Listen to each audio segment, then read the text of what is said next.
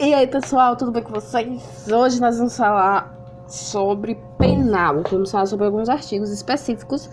Não vamos falar sobre muitos artigos, ok? Mas vamos lá, vamos começar com o artigo 157, que é roubo, crime de roubo, né? Que é subtrair coisa alheia, móvel, mediante grave ameaça e violência, reduzindo a possibilidade de resistência da vítima. A pena de 4 a 10 anos de reclusão. Aí a gente vai ter algumas observações. Se houver lesão corporal grave, tem reclusão de 7 a 15 anos, mais multa. E se houver morte, é de 20 a 30 anos. É bom olhar o artigo, sempre estudar penal e civil pelos códigos, certo? Aí tem a classificação do crime, que eu não vou falar, porque é muitas coisas, né? Tem necessidade. Vamos pro próximo. A gente vai ter o roubo impróprio e o roubo próprio. O roubo impróprio é quando a violência ou a grave ameaça vem depois da subtração.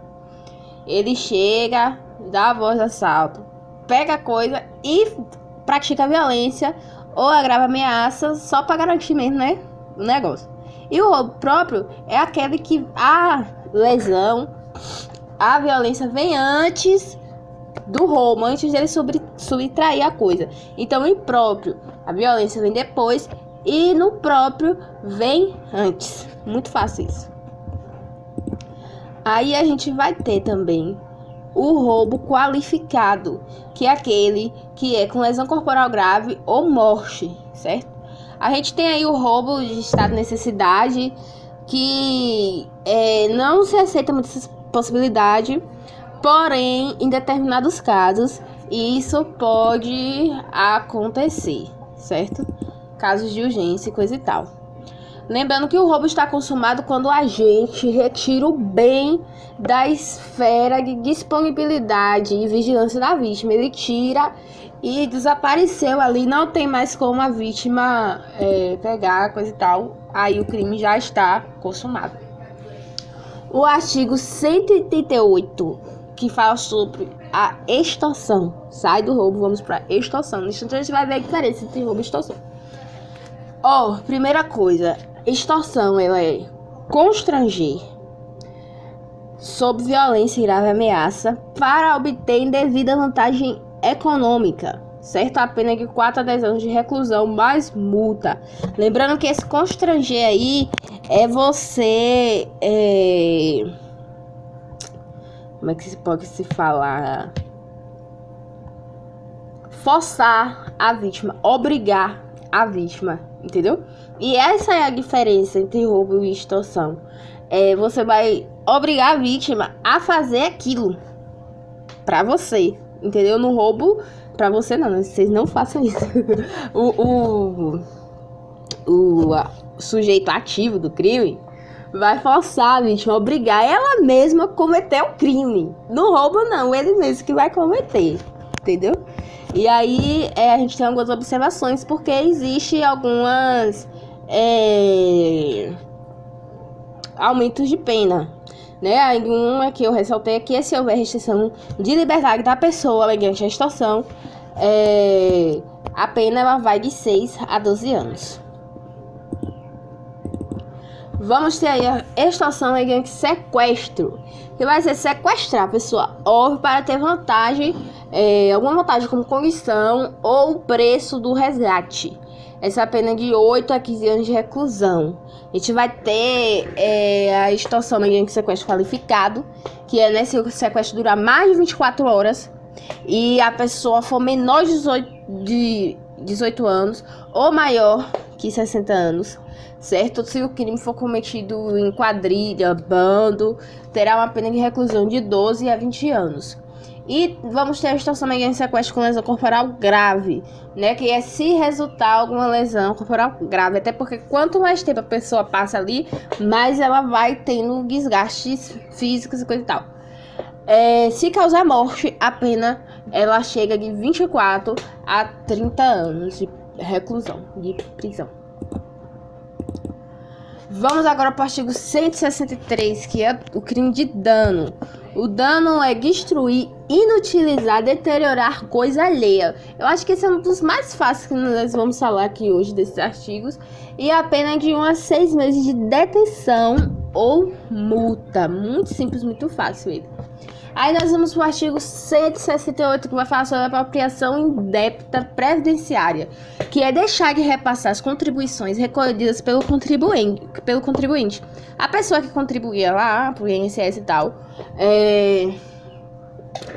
como é que se fala, né? Alguém que está sob o comando ali do cartão dela e tal, a responsabilidade de pegar o dinheiro dela, não repassa esse dinheiro para ela. Isso se chama apropriação indébita previdenciária. E a pena é de 2 a 5 anos de reclusão. Temos o artigo 171, que vai falar sobre o estelionato, que é obter vantagem ilícita, induzindo a pessoa ao erro com um artifício ardil a outro. Ou seja, você vai enganar a pessoa. Você vai dizer a pessoa coisas incríveis que vai induzir essa pessoa a um erro, certo? E você vai acabar tendo vantagem ilícita sobre esse erro que a pessoa cometeu. A pena é de 1 a 5 anos. Bom, continuando, artigo 180 vai falar sobre a receptação, que é adquirir, receber, transportar, conduzir, ocultar, ou ter em depósito, vender ou vender com finalidade de produção ou comércio semovente. O que é semovente? Uma coisa móvel, domesticável, no caso, um animal, que deve saber, que a pessoa sabe que é produto de crime. Quando você comete tudo isso, é um crime chamado de receptação. E a pena é de 2 a 5 anos mais multa. Próximo, artigo 213, estupro, que é constranger sob violência ou grave ameaça, se tem uma conjunção carnal, que a conjunção carnal vai ser o sexo ou qualquer ato libidinoso. Lembrando que constranger é você obrigar a pessoa a se colocar em determinada situação. A pena é de 6 a 10 anos de reclusão. Se a vítima for menor de 18 e maior de 14, é de 8 a 12 anos. E se causar morte, é de 12 a 30 anos, certo? A gente vai ter também o artigo 215, que vai falar sobre violação sexual mediante fraude. Isso mesmo, mediante fraude. Que é a conjunção carnal ou praticar ato libidinoso mediante fraude, ou seja, enganar a pessoa. Você vai enganar a pessoa e levar ela a cometer essa violação sexual. Você vai o agente ativo do crime, né? Vai dificultar a livre manifestação da vontade da pessoa. Ela não vai ter vontade porque a criatura enganou ela e levou ela a isso, certo? São a pena de 2 a 6 anos de reclusão. E se for para ter vantagem econômica, é pena mais multa. Aí lá no artigo 216 a gente vai ter o assédio sexual, que é constranger para obter vantagem ou favorecimento sexual. E esse crime específico prevalece a posição que a pessoa tem. Ou seja, ela sempre vai ter uma posição superior à pessoa. Se ela está no trabalho, ela vai ser o trabalhador e vai ser o patrão, vai ser o chefe, o encarregado, enfim. A pena é de 1 a 2 anos de detenção. Se a vítima for menor de 18 anos, pode aumentar até 1/3 da pena. É por isso que na classificação é crime próprio. Por quê? Porque o crime de assédio sexual sempre vai ser feito por uma pessoa com uma hierarquia maior que a vítima. O próximo é o artigo 217, que vai falar sobre estupro de vulnerável, que é a conjunção carnal por menor de 14 anos ou ato libidinoso. Pode também ser cometido a pessoas enfermas, deficientes ou qualquer outra pessoa que por algum motivo não possa oferecer resistência ao ato.